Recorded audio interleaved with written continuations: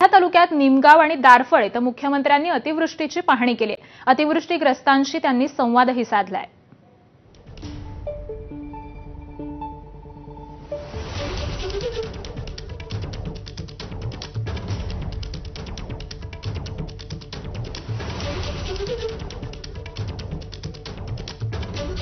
तर सोलापुरातील माढ्यामध्ये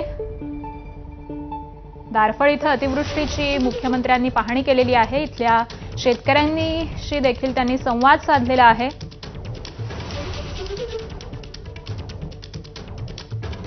मुख्यमंत्री फडणवीस हे आज सोलापूर दौऱ्यावरती आहेत। तिथे झालेल्या नुकसानीची ते स्वतः शेतीच्या बांधावरती जाऊन पाहणी करतायत। तिथल्या शेतकऱ्यांशीही संवाद साधतायत आणि सरकारकडून नेमकी या शेतकऱ्यांना काय अपेक्षा आहे हे समजून घेऊन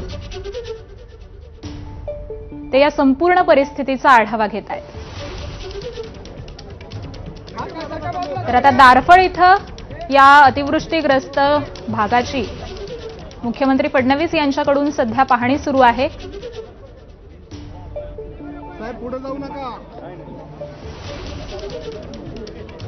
अनेक शेतकरी हे देखील इथं मुख्यमंत्र्यांना भेटण्यासाठी आलेले आहेत। त्यांच्या समस्या मुख्यमंत्री फडणवीस हे जाणून घेत आहेत आणि किती मोठ्या प्रमाणामध्ये नुकसान झालेलं आहे याची ही पाहणी मुख्यमंत्र्यांकडून केली जाते।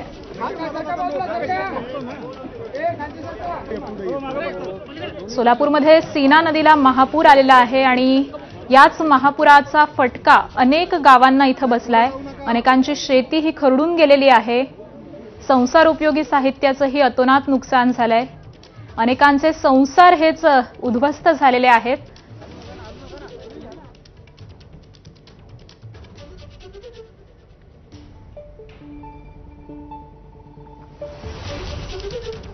आणि याच सगळ्या नुकसानीची पाहणी ही मुख्यमंत्री फडणवीस करतायत। आहे की त्याच्यामध्ये रेग्युलेटेड फ्लो करणं पॉसिबल नाहीये। रेग्युलेटेड फ्लो केला तर दुसऱ्या बाजूला अजून मोठा पूर येऊ शकतो आणि म्हणून त्या दृष्टीनं हे काम केलं आणि अनरेग्युलेटेड कॅचमेंट जे आहे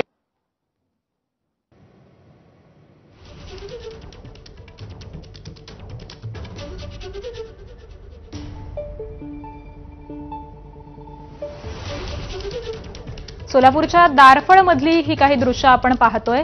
मुख्यमंत्री देवेंद्र फडणवीस यांनी या संपूर्ण परिसराला भेट देऊन इथं पाहणी केलेली आहे। तिथल्या नागरिकांशी तिथल्या शेतकऱ्यांशी त्यांनी संवाद साधलेला आहे आणि एकूणातच किती नुकसान झालेलं आहे या सगळ्याचा आढावा मुख्यमंत्री देवेंद्र फडणवीस घेतायत। त्यांच्या समवेत अनेक अधिकारी पोलीस अधिकारी हे देखील उपस्थित आहेत।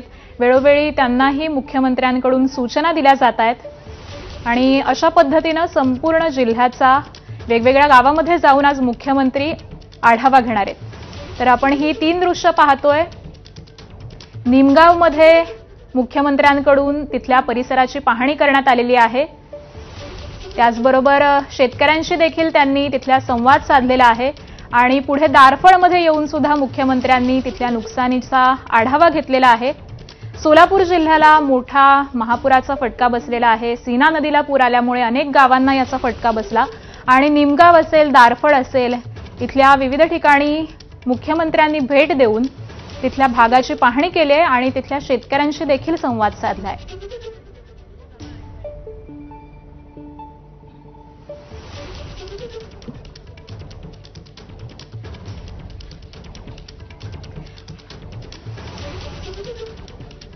तर दारफळमधली ही सध्या दृश्य आपण पाहतोय। दारफळमध्ये मुख्यमंत्री देवेंद्र फडणवीस यांच्याकडून ही सध्या पाहणी केली जाते।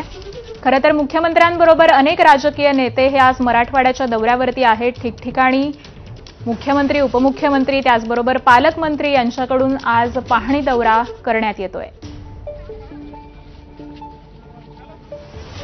आणि याच दारफळ परिसरामध्ये सध्या मुख्यमंत्री फडणवीस हे पाहणी करतायत। सुनील दिवाण आपले प्रतिनिधी आपल्या सोबत आहेत, ते या संदर्भातली अधिक माहिती आपल्याला देतील। सुनील, मुख्यमंत्री आता निमगावची पाहणी करून सीना दारफळला पोहोचलेले आहेत. संपूर्ण गावाला पाण्याचा वेढा आहे.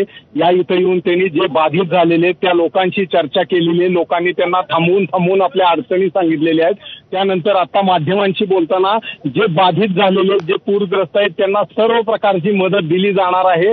नुसता ओला दुष्काळ म्हणजे काय, तर ओला दुष्काळापेक्षा जास्त मदत राज्य सरकार द्यायच्या तयारीत आहे. याच पद्धतीने केंद्राकडनंही मदत दिली जाणार आहे. पहिल्यांदा आता तातडीची मदत जी देणं गरजेचं आहे तो प्रयत्न राज्य सरकारचा सुरू असणार आहे. निसर्गाची चक्र बदललेली आहेत हे त्यांनी मान्य केलेलं आहे. ज्या पद्धतीनं दुष्काळी भागात पाऊस पडतोय हे सर्वच निसर्गाचं चक्र बदलत चाललेलं आहे आणि ज्या पद्धतीने हा पाऊस अतिवृष्टी झालेली आहे ते एकाच ठिकाणी एकाच वेळेला अनेक ठिकाणी अशा ढगफुटी झाल्यामुळं पाणी सुटलेलं आहे. त्यामुळं कोणाला दोष देण्याची गरज नाही. पण ज्या पद्धतीने धरणातनं अतिरिक्त पाणी जादा सोडण्यात आलेलं आहे ते नियोजन चुकलंय का ह्याची माहिती घेऊन तपासणी केली जाईल असं आश्वासन त्यांनी दिलेलं आहे. आकांक्षा. बरं, मुख्यमंत्री फडणवीस यांनी तिथल्या शेतकऱ्यांशी देखील सुनील संवाद साधलेला आहे. शेतकऱ्यांनी काय अपेक्षा व्यक्त केल्यात? शेतकऱ्यांनी आपली सर्व अडीअडचणी त्यांना सांगताना संपूर्ण घरदार आमचं वाहून गेलेलं आहे, जनावरं वाहून गेलेले आहेत, पिकाची संपूर्ण चिखल झालेलं आहे, आम्हाला कसं यातनं वाचायचं ही त्यांनी सातत्याने मुख्यमंत्र्यांना प्रत्येक जण अडवून मागणी करत होता. मुख्यमंत्र्यांनी त्यांना धीर देण्याचा प्रयत्न केलेला आहे. या सर्वच गोष्टीचे पंचनामे करून शासन या सर्व बाधित लोकांच्या मागे खंबीरपणे उभे राहील. त्यांना तातडीची मदतही दिली जाईल आणि जे काही नुकसान झाले त्याला जास्तीत जास्त भरपाई देण्याचा प्रयत्न राज्य सरकारकडनं केला जाईल. एनडीआरएफच्या माध्यमातून जे पैसे केंद्राने दिलेले ते ऑलरेडी आपल्याला मिळालेले. अजूनही केंद्राकडनं गरजेनुसार पैसे घेतले जातील. मात्र कोणालाही नुकसान जास्त ज्यांचे नुकसान झाले त्यांना नुकसान भरपाई दिली जाणार आहे. त्यांचं पुनर्वसन करण्याचा प्रयत्न केला जाणार आहे अशा रीतीचं आश्वासन त्यांनी दिलेलं आहे. आकांक्षा. बरं, खरं तर सुनील, आज दुसऱ्या दिवशी देखील अनेक ठिकाणी लोक हे अजूनही अडकून पडलेले आहेत. तर त्यांना वाचवण्यासाठी किंवा त्यांना सुरक्षित स्थळी हलवण्यासाठी मुख्यमंत्र्यांनी काही सूचना दिल्या आहेत का आणि कशा प्रकारे उपाययोजना एकूणच सोलापूरमध्ये सुरू आहेत सध्या?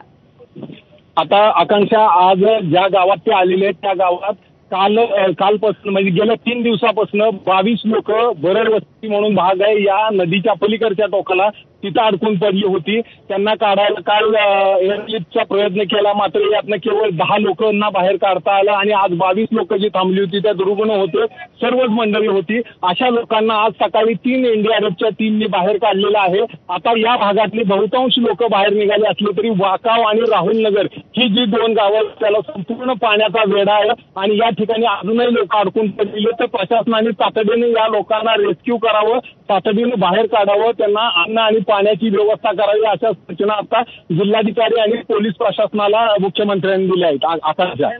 बरं, सुनील, खरं तर अनेक अडचणींचा सामना इथं मदत कार्य होत असताना आपल्याला दिसतोय. मुख्यमंत्री येताना सुद्धा एक जो रस्ता होता तो तिथे दरड कोसळली होती तोही बंद होता. त्यामुळे या नेमक्या कोणकोणत्या अडचणी आहेत आणि त्यामुळे मदत कार्यामध्ये कुठेतरी अडथळा येतोय का? माढा तालुक्यातला सीना नदीचं जे पाणी आलंय त्यामुळे 16 गावांना पाण्याचा वेढा पडला होता आणि माढ्यापासून केवळ 8 किलोमीटर असलेलं हे गाव आहे. पण या सीना तारफळला येणारे 4च्या 4 रस्ते बंद झाल्यामुळे आता मुख्यमंत्र्यांना कुर्डुवाडी मार्गे जवळपास 30 ते 32 किलोमीटर फिरून यावं लागलेलं आहे आणि या ठिकाणी रस्त्यात येताना रस्ताही नसल्यामुळे आज पहाटेपासून या इथं रस्ता करून घेण्यात आलेला आहे आणि त्या रस्त्यावरनं कसे तरी मुख्यमंत्री चिखलातून या गावापर्यंत पोहोचू शकलेले. मात्र प्रशासनाला देखील इथं येणं अडचणीचं आहे. इथं यायचं असेल तर एनडीआरएफच्या टीम किंवा बोटी माध्यमातूनच इथं पोहोचावं लागतं. आकांक्षा. अगदी. तर मुख्यमंत्री देवेंद्र फडणवीस हे सोलापूरमध्ये दारफळमध्ये सध्या हा पाहणी दौरा करतायत. तिथल्या शेतकऱ्यांशी देखील त्यांनी संवाद साधलेला आहे. ही 3 दृश्य आपण पाहतो. याआधी निमगावामध्ये मुख्यमंत्र्यांनी पाहणी दौरा केला, तिथल्या शेतकऱ्यांशी संवाद साधला आणि त्यानंतर आता दारफळ या गावी शेतकऱ्यांशी मुख्यमंत्री फडणवीस हे संवाद साधतायत आणि तिथल्या एकूणच नुकसानीचा ते आढावा सध्या घेताना आपल्याला दिसतायत.